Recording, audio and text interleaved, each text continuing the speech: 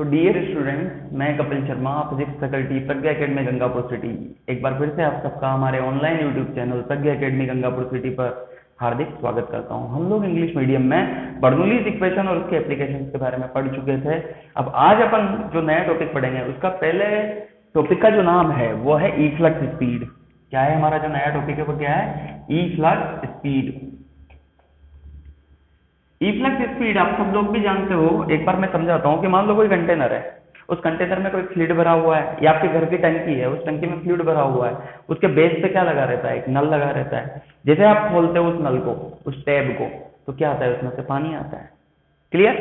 तो अगर कोई टंकी है और उसके बेस पे नल लगा है, उस नल को जैसे उसके टैप को खोलते हो तो उसमें से पानी आता है। तो पानी जिस स्पीड से आ रहा है उसे बोला जाता है ई फ्लक्स स्पीड। क्लियर? या फिर यूं बोल दो कि अगर कोई कंटेनर है, उसमें कोई होल कर दिया जाए, कोई कंटेनर है उसमें क्या कर दिया जाए? होल। तो उस होल में से पानी आएगा, पानी जिस स्पीड से आएगा उसे क्या बोलते हैं? Efflux speed. तो if a hole is made in the container filled with fluid,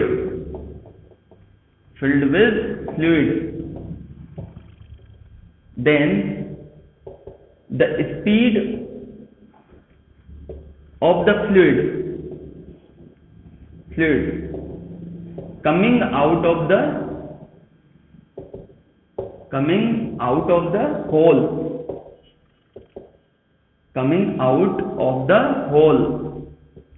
is E flux speed. Coming out of the hole, E flux speed. कि साहब एक होल बना दिया जाए और उस होल में से फ्लूइड जिस स्पीड से बाहर आ रहा है उसे बोला जाता है ई फ्लक्स स्पीड। इसकी सिचुएशन को एनालाइज करने के लिए मैं आपको एक एग्जांपल लेके बताता हूं, और ई फ्लक्स स्पीड कितनी होती है उसका भी हम एक्सप्रेशन डेराइव करेंगे। तो ध्यान से देखना। मान लीजिए आपके पास एक कंटेनर है और ये कंटेनर कुछ इस तरीके का है, ध्यान से समझना। क्लियर? और इसमें फ्लूइड भरा हुआ है। इसमें क्या भरा हुआ है? फ्लूइड है। अच्छा, इसका बेस सर्कुलर है। बेस सर्कुलर मतलब कुछ ऐसा बेस इस तरीके का है, सर्कुलर। और जैसा ये नीचे से है वैसा ही कहां से है? ऊपर। तो नीचे जैसा है वैसा ही कहां है? ऊपर। क्लियर? तो बेस एरिया इसका सर्कुलर है, तो ऊपर का एरिया भी इसका कैसा हुआ? सर्कुलर। मान लो इसके ऊपर का एरिया है A1, या बेस एरिया है कितना? A1।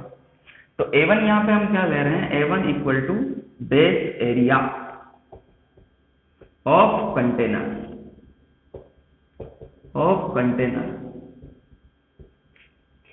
मान लीजिए मैंने यहां पे कहीं पे एक होल बना दिया, इसका एरिया है A2। तो A2 is the area of the hole. Hole का एरिया कितना है? A2। और इसे बोल देंगे हम डेटम लाइन। क्या बोल देंगे? Datum line. डेटम याद है ना? डेटम क्या था? मैंने कल भी बात की थी, रेफरेंस लेवल। और ये हाइट है h, कि इस कंटेनर में जो फ्लूइड भरा हुआ है कितनी हाइट तक भरा हुआ है? h तक। और मान लो कि इस डेटम से ये है x ऊपर और ऊपर से ये है y नीचे। तो y क्या है?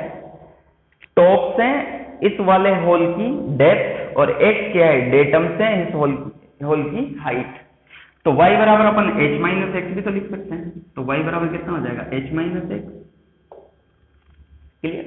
ऐसे बोल दो, क्योंकि ये यहां से ये होल कितना ऊपर है? x, या फिर ऊपर से कितना नीचे है? y। तो टोटल अगर h है तो इस y बराबर h माइनस एक्स लिख सकते हैं ना। और यहां से x बराबर कितना लिख सकते हो आप? x बराबर क्या लिख सकते हो? h minus y. एक ही बात है। तो या तो x बराबर h माइनस वाई बोल दो, या y बराबर h माइनस एक्स बोल दो, एक ही बात है। क्लियर? ओके। तो अगर अपन ऐसे बोले कि साहब इस होल का, अच्छा A2 the area of the hole, and y क्या है? y is the depth of the hole from the top, और x क्या है? The height of the hole from datum, ठीक है। तो इसे h माइनस एक्स भी बोल सकते हो, तो इसे y बराबर h माइनस एक्स भी बोल सकते हो, और x बराबर h माइनस वाई भी बोल सकते हो, एक ही बात है ना, उससे बाद में कर लेंगे अपन। अब मान लो कि इसी पॉइंट को मैं लूं, अच्छा हाँ एक और बात, अब मान लो कि यहां से पानी आ रहा है या कोई फ्लूइड फ्लो हो रहा है बाहर की तरफ, तो इफ्लक्स स्पीड इसे मैं बोल रहा हूं कितना, v2, तो v2 इज इफ्लक्स स्पीड, अभी बता दिया ना मैंने इफ्लक्स स्पीड कि होल से जिस वेलोसिटी से आता है। अब जैसे जैसे इसमें से पानी बाहर आएगा तो यहां से इस वाटर का लेवल क्या होता जाएगा, कम, इसे बोल दिया मैंने v1, कि इस लिक्विड का लेवल जिस स्पीड से नीचे आ रहा है उसे क्या बोल दिया, v1। अच्छा जब ये v2 है तो ये कितना है, v1, v1 क्या है, the speed of the level of the liquid, the speed of the level of the liquid, या the speed with which the liquid of the level is falling, उसे ही बोल सकते हो। तो v1 is the speed of the level of the liquid, या falling speed of the liquid, ये भी बोलते हो। तो इस जगह पे मैंने कितनी बोल दी, v1, तो यहाँ का एरिया a1, स्पीड v1, यहाँ का एरिया a2 और स्पीड v2, इसे बोल दिया मैंने पॉइंट नंबर 1 और इसे बोल दिया मैंने पॉइंट नंबर 2। अपन बोलते हैं कि बर्नौली इक्वेशन के अनुसार किसी भी दिए गए पॉइंट पर टोटल एनर्जी कौन कौन सी, pressure energy, kinetic energy and potential energy per unit volume क्या रहती है, सेम। तो by using the Bernoulli's equation at 1 and 2, एक और दो पॉइंट पर बर्नौली का इक्वेशन का यूज करो। तो एक और दो पॉइंट पर जब आप बर्नौली के इक्वेशन का यूज करोगे तो देखो क्या आएगा, आपके पास आएगा P एटमॉस्फेरिक प्लस, यहां से कितनी हाइट पर है अभी, h पर, तो क्या लिखोगे, ρgh। अच्छा मैंने P एटमॉस्फेरिक क्यों लिखा, ध्यान से समझना, यहां पर प्रेशर कितना लग रहा है, P एटमॉस्फेरिक के बराबर, और इस होल पर यहां से भी क्योंकि ओपन है तो इस जगह पे भी कितना लग रहा है, P एटमॉस्फेरिक, ओपन ही तो है ना, तो इस जगह से कितना लग रहा है, P एटमॉस्फेरिक, और इधर भी कितना है, P एटमॉस्फेरिक। तो एक नंबर पॉइंट पर pressure energy per unit volume जो प्रेशर के बराबर है वो भी कितनी है, P एटमॉस्फेरिक। यहां से पोटेंशियल एनर्जी ये कितना ऊपर है लेवल, ρgh, तो पोटेंशियल एनर्जी कितनी होगी, ρgh प्लस हाफ रो, और यहां से स्पीड कितनी है, v1 स्क्वायर बराबर, इस पॉइंट पर प्रेशर एनर्जी वही P atmospheric plus half rho v2 square plus ρgh, क्योंकि यहां से कितना ऊपर है x, और x की जगह h माइनस वाई लिख सकते हैं। तो देखो P एटमॉस्फेरिक से P एटमॉस्फेरिक कैंसिल, ρgh बराबर half rho, sorry ρgh plus half rho v1 square बराबर half rho v2 square plus ρgh की जगह h माइनस वाई। क्या हम ऐसा लिख सकते हैं, बिल्कुल लिख सकते हो सर। तो ρgh plus half rho v1 square बराबर half rho v2 square plus ρgh minus ρgy, ρgh से ρgh कैंसिल, देखो दोनों तरफ से रो कॉमन आके ये भी कैंसिल हो जाएगा, रो कॉमन आके कैंसिल हो जाएगा, तो इधर कितना बचेगा, v1 स्क्वायर बाई 2 बराबर v2 square by 2 minus gy। हमें निकालना है किसकी वैल्यू, v2 की वैल्यू। अच्छा ये हमारे पास एक एक्सप्रेशन आया, ध्यान से समझना। अब हम जानते हैं कि from equation of continuity, equation of continuity क्या बोलती है, a1 v1 बराबर a2 v2, इन पॉइंट्स पर मैंने इक्वेशन ऑफ कंटिन्यूटी भी लगा दी। तो यहां से हमें निकालना क्या है, v2, तो अगर मैं v1 को गायब कर दूं तो v1 की वैल्यू v2 की टर्म्स में रख दें, तो v1 बराबर कितना आ गया, v2 a2 upon a1 into v1 बराबर a2 upon a1 into v2, ये वैल्यू आ गई। इस वैल्यू को अगर मैं यहाँ पे रख दूं किसकी जगह पर, v1 की जगह पर, तो ये हो गई अपने पास इक्वेशन नंबर 1 और इसे नाम दे दे इक्वेशन नंबर 2। तो पुट द वैल्यू ऑफ 2 इन 1, तो यहाँ पे रखोगे तो क्या आएगा, देखो v1 की जगह आपने रखा तो कितना आ गया, a2 by a1 into V2 का होल स्क्वायर बटा 2 माइनस बराबर V2 स्क्वायर बटा 2 माइनस GY। आ गई है भाई। इस वैल्यू को सॉल्व कर लो। तो सॉल्व करने के लिए क्या कर सकते हो, देखो इसको इधर ले आए और इसको उधर ले जाएं, तो GY बराबर, ध्यान से समझना, GY बराबर भाई इस टर्म को उधर ले जाओ और GY को इधर ले आओ। ओवरऑल जो बोलना चाह रहा हूं मैं, तो GY बराबर कितना आ गया, देखो V2 स्क्वायर बाई 2 माइनस यहाँ पे कितना हो जाएगा 1/2 A2 बाई A1 इसका whole square into V2 square. ठीक है, ये वैल्यू है GY बराबर ये आया। इसको मिटा रहा हूं मैं। अब ये क्या क्या चीजें हैं ये नोट कर लेना आप लोग। इसे जब मिटाओगे तो आपके पास स्पेस हो जाएगा और इस स्पेस में हम कोई नई चीज लिख सकते हैं। ओके, तो यहाँ से V2 कॉमन आ गया, तो V2 कॉमन आने के बाद V2 स्क्वायर कॉमन आने के बाद अंदर क्या बचा, V2 स्क्वायर बाई 2 कॉमन ले लो, अंदर क्या बचा 1 minus A2 square A2 by A1 का whole square, 1 minus A2 by A1 का होल स्क्वायर, ये बचा बराबर कितना GY। इस दो को इधर मल्टीप्लाई कर दो तो V2 स्क्वायर बराबर 2GY, और ये जो पूरा ब्रैकेट वाला पार्ट है इसे इसके नीचे ले आओ तो कितना बचा 1 माइनस A2 बाई A1 का होल स्क्वायर ये। और अगर आप इसका स्क्वायर हटा दो तो V2 बराबर कितना आ गया 2GY upon 1 minus A2 by A1 का होल स्क्वायर का अंडर रूट।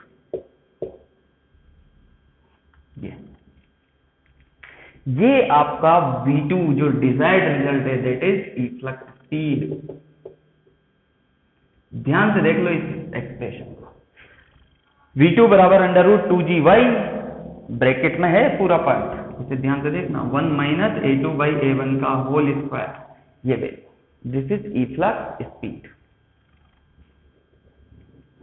ओके, अब देखो हमारी बुक्स में एक्सप्रेशन इस तरीके से नहीं दिया रहता, उसका कारण बताता हूं, मिटा दो इसे। ओके, आप अगर ध्यान से देखो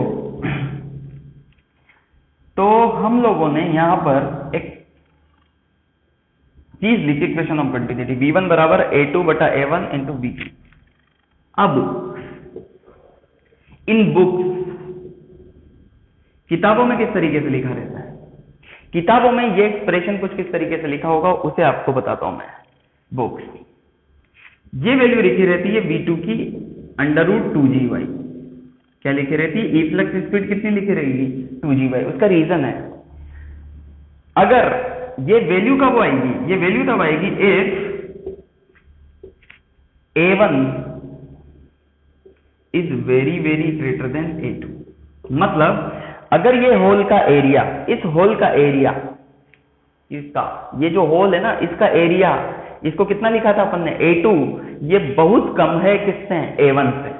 तो if A1 is very very greater than A2, जहां पे A1 क्या था बेस एरिया और A2 क्या था होल का एरिया, तो होल का एरिया बहुत कम है किसने A1 से। तो आप ध्यान से देखो यहां पर इस जगह पर यदि A2 is very small and A1 is very large, तो बहुत छोटे में बहुत ज्यादा का भाग दोगे तो लगभग 0 बार ही तो जाएगा, बहुत कम time, this value will be very small.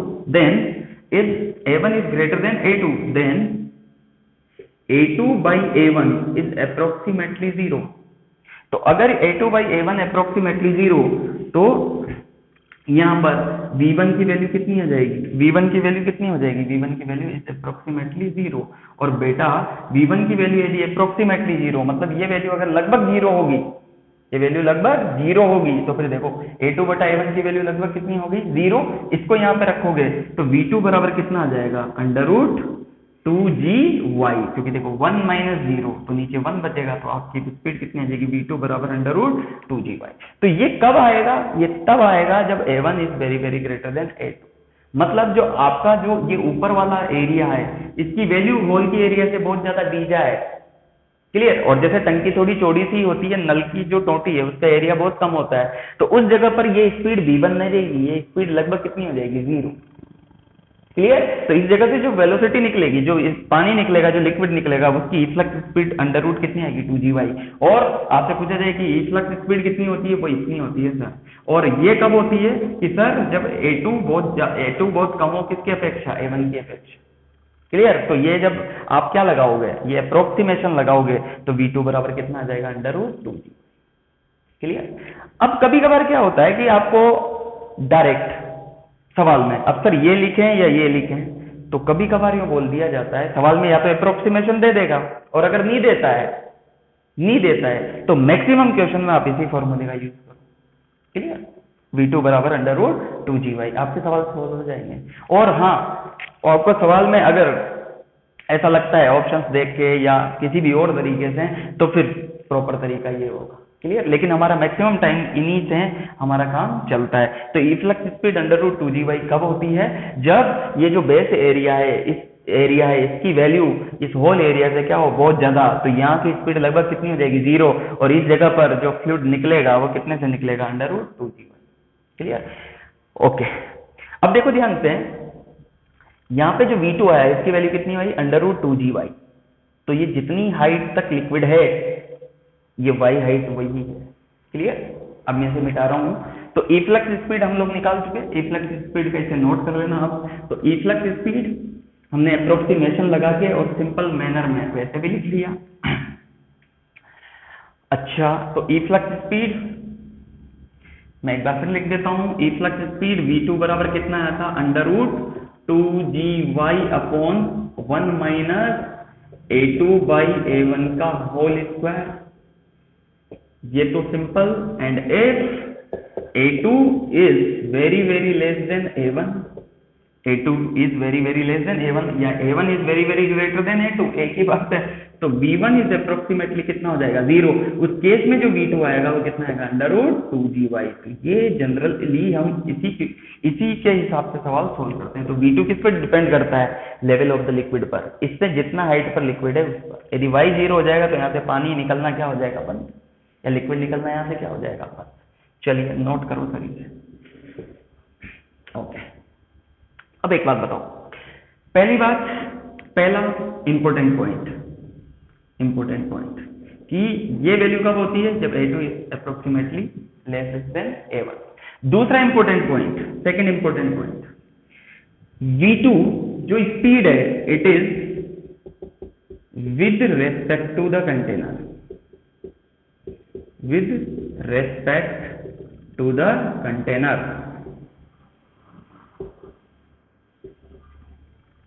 अब देखो ध्यान से, अगर कंटेनर रेस्ट पे है, कंटेनर किसकी है, रेस्ट पे, तो यहां से कितने से आ रहा है, जब आप धरती पे खड़े होकर देखो या कंटेनर पे खड़े होकर देखो, तो आपको तो दोनों आंसर सेम ही मिलेंगे, कितना, अंडर रूट 2GY। लेकिन अगर कंटेनर भी चले तब भी आंसर सेम आएगा क्या, नहीं। तो कंटेनर पे बैठ के देखोगे, देखो क्या बोल रहा हूं मैं, कि अगर मान लो ये कंटेनर है, यहां से स्पीड आ रही है अंडर रूट 2GY, आपसे बोला, और कंटेनर रेस्ट पे है, तो धरती पे खड़े होकर देखोगे तब आपका आंसर कितना होगा, अंडर रूट 2GY। और कंटेनर पे बैठ के देखोगे तब भी आंसर कितना होगा, रूट 2GY। बाकी अगर मैं बोलूं कि कंटेनर खुद भी स्पीड से चल रहा है इधर, तो अब जब आप अर्थ पे खड़े होकर देखोगे तब आपका आंसर क्या, रूट 2GY होगा क्या, नहीं।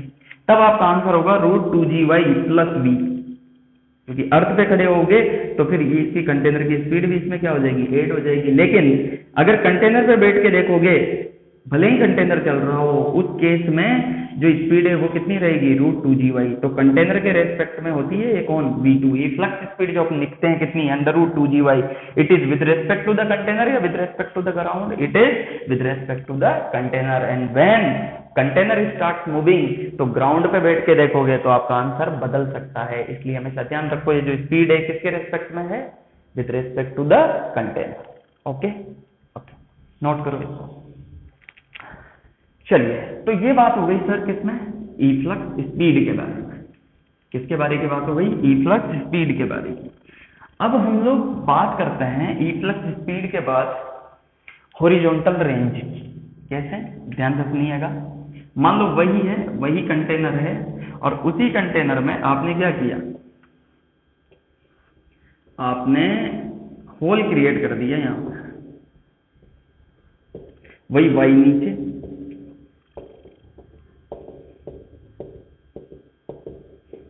अब आप एक बात बताओ, मान लो ग्राउंड थोड़ा सा बड़ा बना देते हैं, y नीचे, ये यहां से लिक्विड आएगा तो ये पैराबोलिक पाथ लेगा, तो यहां पे टॉपिक डाल लेते हैं अपन रेंज। ये कौन सा पाथ लेगा? Parabolic path. अच्छा, हम यहाँ पे अप्रोक्सीमेशन मान के चल रहे हैं, this is A1 and this is A2, और दिया गया है कि A1 is very very greater than A2। अगर दिया भी ना हो तब भी आप मान के चल सकते हो। क्लियर? तो A1 is very very greater than A2, तो A1 is very very greater than A2। उस सिचुएशन में जो V2 है, जो यहाँ का जो इफ्लक्स स्पीड है V2, वो V2 कितनी लोगे? V2 बराबर आएगा √2GY। ये तो अभी थोड़ी देर पहले अपन ने देखा ही। और इसके बाद यहाँ से निकलने के बाद जो लिक्विड है वो कैसा पाथ लेगा? पैराबोलिक। और पैराबोलिक पाथ लेकर यहाँ पे गिरेगा, तो यहाँ से जितनी दूरी तय करेगा, जितनी डिस्टेंस आगे गिरेगा, उसे बोला जाता है रेंज। क्लियर? उसे क्या बोला जाता है? रेंज। ये अपन ने प्रोजेक्टाइल मोशन में भी पढ़ा है। तो this will take the parabolic path and this is known as range. अच्छा, ये y ऊपर है, ये h है, तो ये कितना आया था? x, और x की वैल्यू कितनी हो जाएगी? h minus y. तो रेंज निकालने के लिए क्या किया था हम लोगों ने? रेंज बराबर होता है velocity into time of light. Time of light मतलब यहां से यहां तक आने का लगा समय, और टाइम ऑफ लाइट उसका फॉर्मूला हॉरिजॉन्टल प्रोजेक्टाइल में कितना आया था? बोलो, बताओ कितना आया था? t बराबर क्या? √, या फिर ऐसे निकाल लो, हॉरिजॉन्टल डायरेक्शन में स्पीड कितनी है? 0। सॉरी, वर्टिकल डायरेक्शन में कितनी है? 0। u बराबर 0। जो स्पीड है वो तो हॉरिजॉन्टली है ना, v2। तो वर्टिकल में तो केवल फ्री फॉल हो रहा है, और फ्री फॉल के लिए टोटल डिस्टेंस कितनी चलनी है? h minus y. क्या लिख दोगे? h minus y equal to initial velocity y direction में 0 प्लस हाफ y डायरेक्शन का acceleration g into t square. T वो टाइम जिसमें ग्राउंड पे आ जाएगा। याद है आपको? याद करना प्रोजेक्टाइल मोशन। तो यहां से आपका जो टी स्क्वायर है वो कितना आ गया? 2h माइनस वाई अपॉन जी। तो यहाँ से t बराबर कितना आ गया? √2h minus Y upon G, √2h by G. तो यहाँ से जो रेंज का फॉर्मूला आएगा, और रेंज बराबर कितनी आएगी? रेंज इक्वल टू आएगी √2GY into √2h minus Y upon G. देखो, √g से √g कैंसिल हो गया, तो यहाँ से कितना बचा? रेंज का फॉर्मूला, रेंज इक्वल टू आई आपकी √2 into 2 4y h minus y. This is range. This is range. Note करो इसे। This is the formula of the range. y height किसकी है? होल की, ये। और यहां से हाइट कितनी हो गई? h minus y. कभी कभार यदि बॉटम पे लगा दो तो y बराबर h, यदि मान लो इसे बॉटम पे ले आते हैं तो y बराबर कितना हो जाता है? h। तो ये फॉर्मूले आप ध्यान रखना। क्लियर? और मिटा दूं इसे? ओके। रेंज, और रेंज को अगर अपन, चलो रेंज,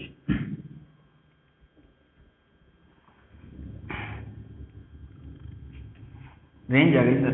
तो रेंज का फॉर्मूला कितना आया? 4y h minus Y. Okay. एक और situation, maximum range. Maximum range, मान लो कि ये आपका कंटेनर है, इस कंटेनर में आपने क्या बना दिया? होल बना दिया। h हाइट तक लिक्विड भरा हुआ है, यहाँ पे होल बना दिया, इस जगह पर होल बना दिया, यहाँ से गिरा नीचे, तो यहाँ से हाइट कितनी है? h minus y. Total height कितनी थी? h, ये h माइनस वाई, और यहाँ से डेप्थ कितनी है? y।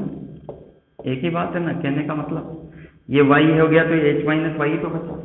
ये रेंज थी, तो रेंज का फॉर्मूला, यदि मैं इसे r बोलूँ तो r कितना आया था? √4y h minus Y. अब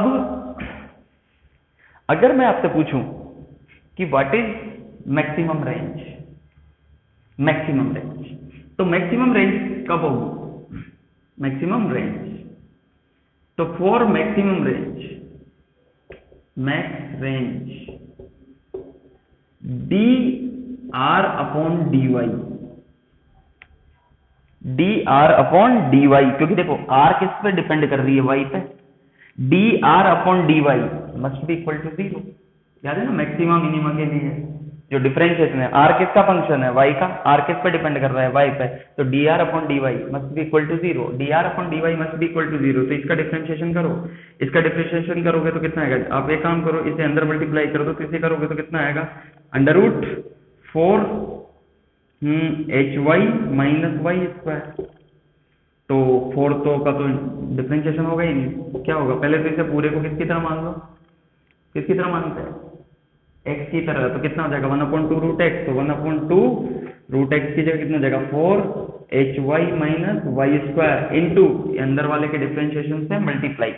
तो अंदर वाले का जो डिफरेंशिएशन है वो कितना होगा, 4 तो बाहर आ जाएगा, 4 तो आ गया कहाँ पे बाहर, 4 बाहर आ गया, इसका डिफरेंशिएशन कितना होगा, एच वाई में से तो वाई का ही होगा ना, तो कितना आ गया एच माइनस वाई स्क्वायर का कितना 2y, क्योंकि y के रेस्पेक्ट में तो कर रहे हो, तो ये, और ये किसके बराबर होना चाहिए 0, ये d r upon d y, ये आ गया। तो d r upon d y ये किसके बराबर रख दो 0, तो ये 0 कब हो सकता है, जब देखो ये तो 0 होने से रहा, क्योंकि नीचे वाला 0 हो जाएगा तो इनफाइनाइट हो जाएगा, तो 0 किसको होना पड़ेगा, इसको, तो h minus 2y must be equal to 0, तो यहाँ से y बराबर कितना आ गया h/2। तो जब y बराबर h/2 हो, मतलब जब है होल y बराबर h/2 पर हो, तो उस कंडीशन में जो रेंज होती है वो क्या होती है, मैक्सिमम। तो r मैक्स की जो वैल्यू आएगी, r मैक्स वो कितनी आएगी, r मैक्स की वैल्यू, अब यहाँ पे y की जगह कितना रख दो h/2, तो ये कितना हो जाएगा अंडर रूट 4, y की जगह क्या लिख दोगे h/2 into h minus h/2, तो ये कितना आया under root 4 into h/2 into h/2, 2 इससे कट गया, h स्क्वायर बाहर आएगा तो कितना आ गया h के बराबर। तो r मैक्स किसके बराबर आएगा, इस h के बराबर, लेकिन कब, जब ये y बराबर कितना हो h/2। कुछ नहीं किया अपन ने, r किसका फंक्शन है, y का, तो dr अपॉन dy इसकी वैल्यू किसके बराबर रख दी 0, भाई डिफरेंशिएशन करके इसको किसके बराबर रख दो 0 के बराबर, 0 के बराबर करो तो इसका पहले डिफरेंशिएशन कर लो, जो आपको करना आना चाहिए। डिफरेंशिएशन करने के बाद क्या करने के बाद, डिफरेंशिएशन करने के बाद ये वैल्यू तो 0 नहीं, ये डिफरेंशिएशन इसका है, ये वैल्यू तो 0 हो नहीं सकती, किसको 0 होना पड़ेगा, इसको 0 होना पड़ेगा, तो h माइनस 2y इसको किसके बराबर रख दिया 0, ऐसे y बराबर कितना है h/2, तो y बराबर h/2 is the condition for maximum range. ये तो कंडीशन है कि y किसके बराबर होना चाहिए h/2 के बराबर। इस कंडीशन में जब y बराबर h/2 हो तो रेंज मैक्सिमम होगी, तो r मैक्स की वैल्यू कितनी आ जाएगी, y की जगह क्या रख दो h/2, क्लियर। तो रेंज मैक्सिमम कितनी आ गई h के बराबर, नोट करो इसे।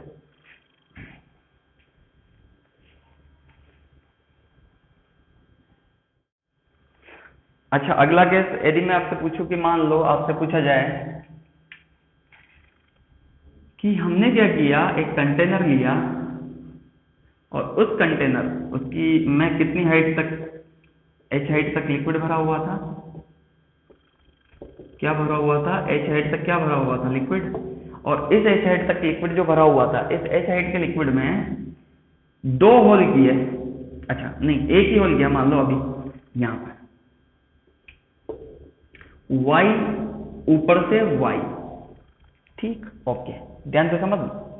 तो इफ्लक्स स्पीड v बराबर कितना आएगा अंडर रूट 2gy,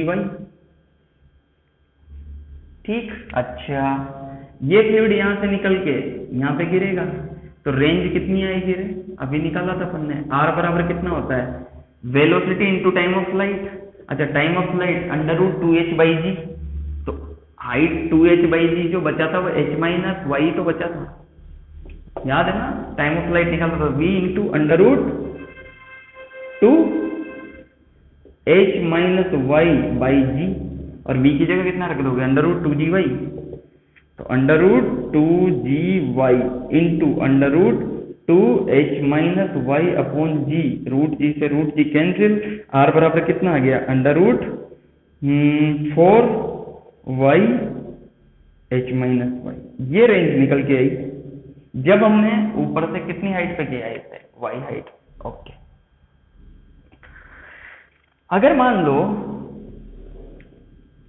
तो यहाँ पे वेलोसिटी इतनी है, अगर मान लो कि यही होल वही h हाइट पे था, वही h हाइट पे, अब वो होल मैंने नीचे से y हाइट पे किया, नीचे से कितनी हाइट पे किया, y पे, तो ऊपर से कितनी हाइट बची, h माइनस वाई।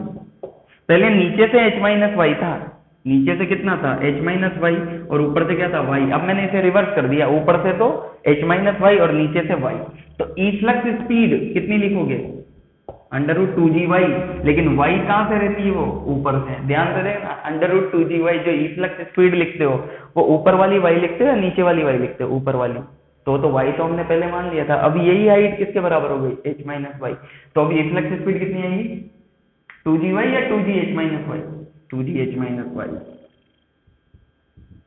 अच्छा, अब ये जाके यहाँ पे गिरा, तो अगेन मुझे रेंज निकालनी है, तो रेंज कितनी आएगी, रेंज क्या होता है, velocity into time of light. अब यहाँ पे जो टाइम ऑफ लाइट आएगा वो कितना आएगा, पहले time of light 2h minus Y by G आया था, अब कितना आएगा, √2y बाई जी, क्योंकि नीचे वाली हाइट से तो क्या निकलता है, टाइम ऑफ लाइट, और ऊपर वाली से क्या निकलती है, वेलोसिटी। ध्यान रख लेना, नीचे वाली में भाई √2 के साथ जो यहाँ पे हाइट आएगी वो नीचे वाली, और यहाँ पे जो वेलोसिटी में जो y आता है वो ऊपर वाला।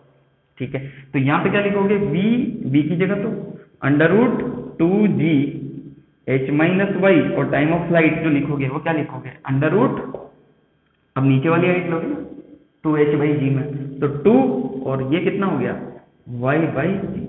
देखो √g से √g कट गया, अगेन ये आंसर कितना आया, 2 नहीं 2 × 2 4 y h minus y. Range अभी भी क्या है, same.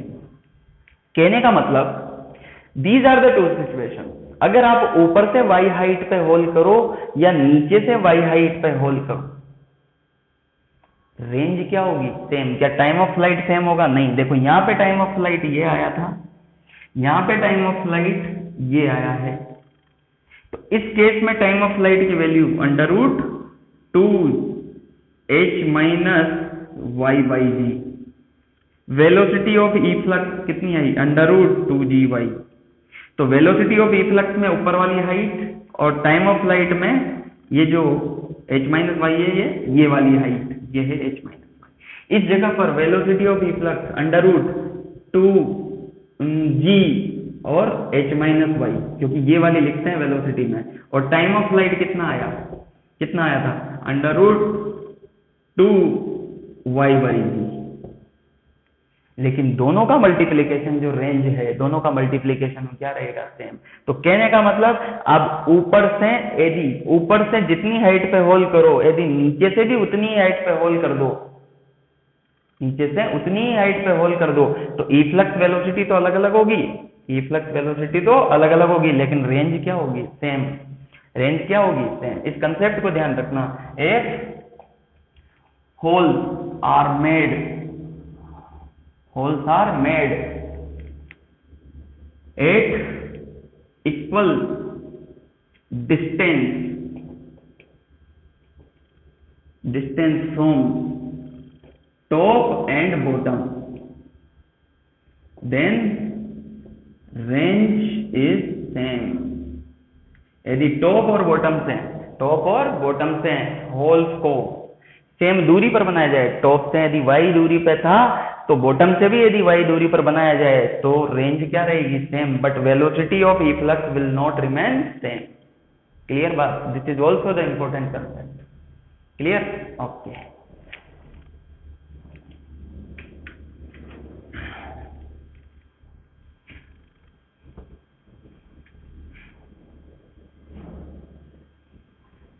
This is also the important concept. ठीक है, अब चलो एक सवाल करो। मान लो कि आपसे बोला जाए कि ये कंटेनर है, इसमें h हाइट तक लिक्विड भरा हुआ है, और इस जगह से h/4 नीचे एक होल बनाया, और ऐसे ही दूसरा कंटेनर था, उसमें भी h हाइट तक लिक्विड भरा हुआ था, कितनी हाइट तक, h हाइट तक, उसमें भी नीचे से h/4 ऊपर लिक्विड, मतलब h/4 ऊपर क्या बनाया, होल बनाया, तो व्हाट विल रिमेन सेम, तो दोनों की क्या सेम होगी, तो what will be same for both, will be same for both the container.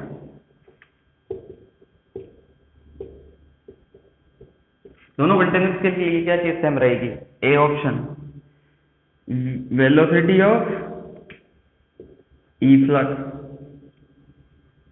B time of flight, third C range, and D all of the above. तो या तो solve कर लो, या सोल्व नहीं कर पाओ तो डायरेक्टली लिख दो कि ऊपर से जितनी हाइट पे है, नीचे से जितनी डेप्थ, नीचे से जितनी हाइट पे होगा होल, तो फिर आंसर क्या आएगा, सेम। तो यहाँ पे जो रेंज रहेगी वो क्या रहेगी, सेम।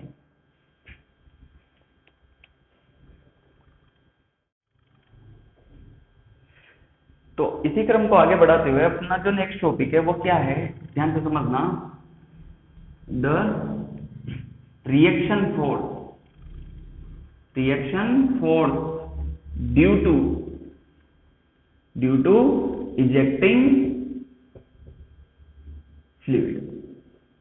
इजेक्टिंग फ्लूइड की वजह से रिएक्शन फोर्स कितना लगता है, किधर लगता है, वो देखते हैं। एक बात समझाता हूं आपको। बात यह है कि अगर मान लो किसी कंटेनर में कोई लिक्विड भरा हुआ है, ये कोई सिलेंड्रिकल कंटेनर है, सिलेंड्रिकल कंटेनर का मतलब समझ गए ना, सिलेंडर जैसा कंटेनर, मतलब वही जो अभी थोड़ी देर पहले लिया था अपन ने, ऊपर से सर्कुलर, हाइट ये वाला, और इसमें फ्लूइड भरा हुआ है। अगर बेटा मैं इसमें अगर होल कर दूं यहां पर, तो यहां से लिक्विड किसी इफ्लक्स वेलोसिटी v से बाहर आएगा, और मान लो इसका एरिया कितना है, a, तो a is area of hole and v is efflux speed. इससे ये बाहर आएगा। अब बाहर आएगा मैं समझता हूं, जब ये होल बंद था तो नेट फोर्स सिस्टम पे कितना था, 0, और सिस्टम का नेट मोमेंटम भी कितना था, 0, सिस्टम चल थोड़ी रहा। अब जब ये होल यहां पे किया तो क्या हुआ कि इसने थोड़ा सा मोमेंटम फॉरवर्ड डायरेक्शन में क्या किया, गेन किया। तो ये बचा हुआ जो लिक्विड है, इजेक्ट हुआ उसने तो गेन किया, इजेक्टिंग लिक्विड ने फॉरवर्ड डायरेक्शन में मोमेंटम गेन किया। तो बचा हुआ लिक्विड और ये कंटेनर बैकवर्ड डायरेक्शन में क्या करेंगे, मोमेंटम गेन करेंगे, क्योंकि अगर ये फॉरवर्ड गेन कर रहा है तो ये दोनों किसमें बैकवर्ड गेन करेंगे, ताकि नेट मोमेंटम अब भी सिस्टम पे कितना बना रहे, 0। किससे, न्यूटन थर्ड लॉ से, मोमेंटम कंजर्वेशन। इसी वजह से बैकवर्ड डायरेक्शन में इस बचे हुए लिक्विड और कंटेनर पे क्या लगेगा, रिएक्शन फोर्स। ऐसा समझ लें बस। तो सबसे पहले इसकी कैलकुलेशन, अच्छा बात समझ आ गई कि ऐसा क्यों हुआ, ऐसा इसलिए हुआ क्योंकि इसने फॉरवर्ड डायरेक्शन में मोमेंटम गेन किया, तो बचे हुए लिक्विड और कंटेनर पे बैकवर्ड डायरेक्शन में लगना चाहिए, यही फोर्स रिएक्शन फोर्स कहलाता है। और ऐसा क्यों हुआ, क्योंकि अगर इसका फॉरवर्ड मोमेंटम है तो इसका बैकवर्ड मोमेंटम रहना चाहिए। क्यों, क्योंकि नेट मोमेंटम पहले भी सिस्टम का 0 था और अभी भी सिस्टम का कितना रहना चाहिए, 0। क्लियर बात। चलो, तो अब अपन निकालते हैं सबसे पहले mass flow rate of ejecting मतलब बाहर निकलने वाले लिक्विड, इजेक्टिंग फ्लूइड की मास फ्लो रेट कितनी लिखोगे, dm/dt। ये हो गया। तो dm/dt ये मास फ्लो रेट है, इसे तो अपन ने dm/dt से डिनोट कर दिया। एंड वॉल्यूम फ्लो रेट याद है, कल भी बोला था मैंने, रेट ऑफ इजेक्टिंग फ्लूइड या liquid is equals to dv/dt। तो अब अगर अपन बोले तो dv/dt कितना लिखा था कल हम लोगों ने, dv/dt लिखा था a इंटू v, याद है ना, volume flow rate. And again अगर हमें dm/dt लिखना है, dm/dt, तो याद है वॉल्यूम को अगर डेंसिटी से गुणा कर दें, मल्टीप्लाई कर दें, तो ये मास बन जाता है। तो इधर भी रो से मल्टीप्लाई कर दो, इधर से भी रो से मल्टीप्लाई कर दो, तो इधर कितना हो जाएगा, dm/dt। तो इसका मतलब है किसके बराबर हो जाएगा, रो a b। क्या हम ऐसा लिख सकते हैं, बिल्कुल लिख सकते हैं। तो this is dv by dt is volume flow rate of ejecting fluid and dm by dt is mass flow rate of ejecting liquid, and these two values are this. Clear? Now the momentum ejecting per second, ध्यान से समझना, momentum ejecting पर second, इतना मास है dm, अगर इसको v से multiply कर दें तो ये तो मोमेंटम हुआ dm इंटू v, वो तो क्या हुआ मोमेंटम, और बाई dt पर सेकंड, तो मोमेंटम इजेक्टिंग पर सेकंड, कितना मोमेंटम इस निकलने वाले फ्लूइड के साथ इजेक्ट हो रहा है, और जो मोमेंटम इजेक्ट हो रहा है वही तो बैक में लग रहा है।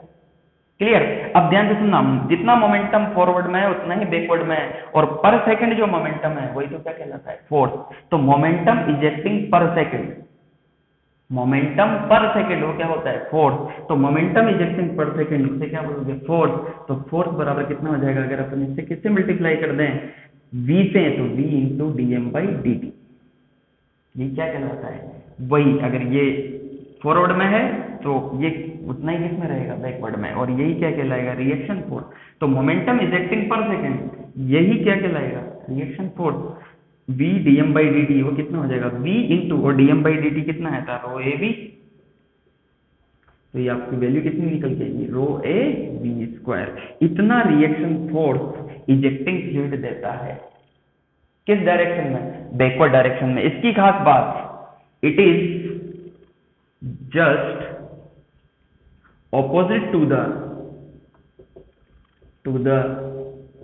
flow speed, ये हमेशा फ्लो स्पीड के जस्ट ऑपोजिट होता है। जैसे इधर फ्लो स्पीड इधर थी तो रिएक्शन मिलेगी वो इधर मिलेगी। अगर आप किसी पाइपलाइन से ऐसे देख रहे हो तो यहाँ पे रिजेक्शन ऐसे हो रहा है तो रिएक्शन ऐसे मिलेगा, और कितना रिएक्शन मिलेगा, rho A into v square. तो always remember the reaction force due to ejecting fluid is given by rho A into v square, and it is due to the law of conservation of momentum. Clear? और ये बात ध्यान रखना, v into DM ये तो momentum है, और momentum पर सेकंड वो क्या कहलाता है, फोर्स। और जितना मोमेंटम आगे उतना ही पीछे, और जितना मोमेंटम पर सेकंड आगे ट्रांसफर हो रहा है उतना ही पीछे ट्रांसफर हो रहा है, तो मोमेंटम पर सेकंड वो क्या कहलाता है, force. This is the logical thing. तो और ये जो मोमेंटम है वो इजेक्शन वेलोसिटी के जस्ट क्या होता है, ऑपोजिट। ओके, तो आप लोग यहां तक पढ़े और स्वस्थ रहें, सुरक्षित रहें। Thank you.